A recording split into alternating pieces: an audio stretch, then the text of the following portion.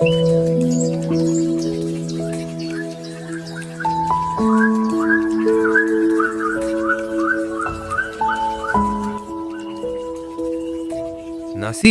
আমি মাছ ধরতে যাচ্ছি, সন্ধ্যা একটু এগিয়ে যাস তো, আর সাথে খোলই এটাও নিয়ে এসিস। ফিরতে ফিরতে রাত হয়ে যেতে পারে, দুই নানা নাতি একসাথে আসব।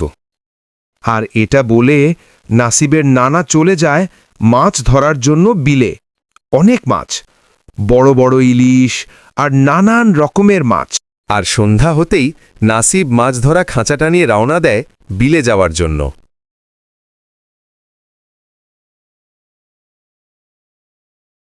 আরে, এখানে তো দুটো বিল। তাহলে নানা কোনটা বিলে গেল? মাছ ধরতে গেছে। জানি না বাবা, যেতেই থাকি। কোনটা বিলে হয় হবে, খুঁজে দেখি। দুটোই তো বিল, দুটোর একটার মধ্যেই তো থাকবে। খালের মুড়ি দিয়ে যাবার সময় মনে হয় কেউ পিছন থেকে ফিস ফিসিয়ে কথা বলছে। আমি পিছনে না তাকিয়ে যেতেই লাগলাম। নতুন শীতের রাত, আকাশের চাঁদ উঠেছে। রাস্তা দেখতে অবশ্য কোনো সমস্যা হয় না। নদীর পাড় দিয়ে যাওয়ার সময় মনে হলো কেউ পানিতে স্নান করছে। আর প্রথম বিলের সামনে গিয়ে দাঁড়ালাম। সঙ্গে সঙ্গে দমকা হাওয়া উঠে গেল। মনে হচ্ছিল আমার পিছনে কেউ আছে, আর ওই বিলও নানা নেই, তাই সেখানে আর বেশি দেরি করলাম না। আর ওখানে কিসের যেন একটা আষ্টে পচা গন্ধ বেরিয়াচ্ছে। খোলা মাঠের রাস্তা ধরে যাচ্ছিলাম। হঠাৎ আমার মনে হলো কেউ যেন আমার পিছে পিছে আসছে, আর আমি সেটা মনের ভুল ভেবে এগোতে লাগলাম। আর এসে দেখি নানা বিলের মাঝে মাছ ধরছে। বেলটাতে পানি অনেক কম, তাই বড় বড় মাছ ধরা সহজ হয়। আর শীতের দিনে ইলিশের তো অনেক স্বাদ। আমি নানাকে একটা ডাক দিলাম, আর নানা উঠে আসতে লাগলো।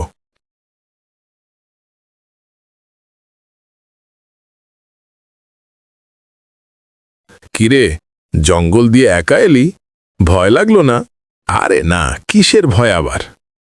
এটা বলে দুই নানা নাতি বাড়ির দিকে রওনা দিল। আজকে অনেক ভালো মাছ পেয়েছে।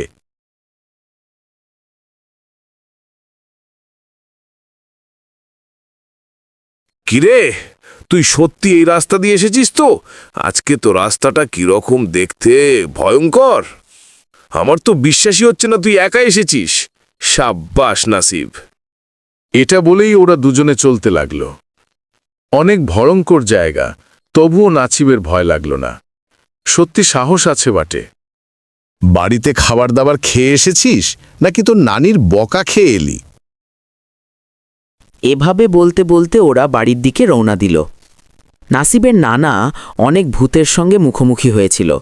তার নানার অনেক সাহস, ভূত তার আশেপাশেও আসতে পারে না।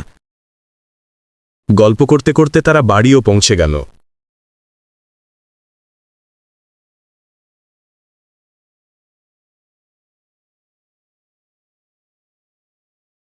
আর ঘরের ভেতরে এসে নাসিব বিছানার দিকে যেতে লাগল।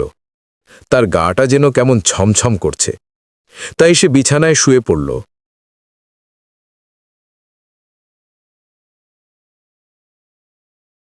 আর তার নানা মাছগুলো ভালো করে বিছিয়ে নিল। বড় বড় ইলিশ মাছ, কোমল কাঠ মাছ। এই মাছগুলো খাঁচায় ভালো করে সাজিয়ে নিল, সকালে বাজারে বিক্রি করবে। অনেক বড় বড় মাছ পেয়েছে। মাছের দিকে তাকিয়ে আছে বুড়ো। এরপর সকালে সূর্য উদয় হল পাখির ডাকে।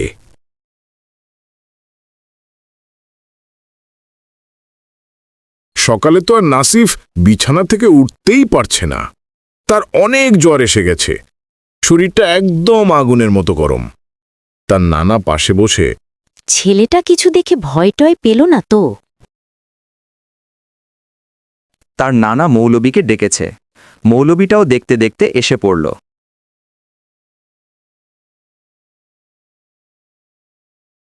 এইবার লোকটা দোয়া পড়তে লাগল। তারপরে সব বুঝতে পারল। আর তার সঙ্গে যা যা হয়েছে সব বুঝতে পারল মৌলবীটা। দোয়াটোয়া পড়া হয়ে গেলে আর কোনো ভয় নেই, ঠিক হয়ে যাবে, এটা বলে মৌলবীটা চলে যেতে লাগল। এখন নাসিবের নানা আর নানির বুঝতে বাকি রইল না যে তার সঙ্গে কি হয়েছে। আজকে সারাদিন তো কিচ্ছু খাসনি, এইবার চা আর চপটা খেয়ে নে।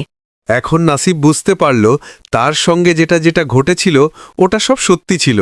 তার মানে নদীর পাড়ে সত্যি তার পিছনে ভূত ছিল। বন্ধুরা, কেমন লাগলো আজকের এই গল্পটা? ভালো লাগলে লাইক, কমেন্ট, শেয়ার এবং সাবস্ক্রাইব করুন।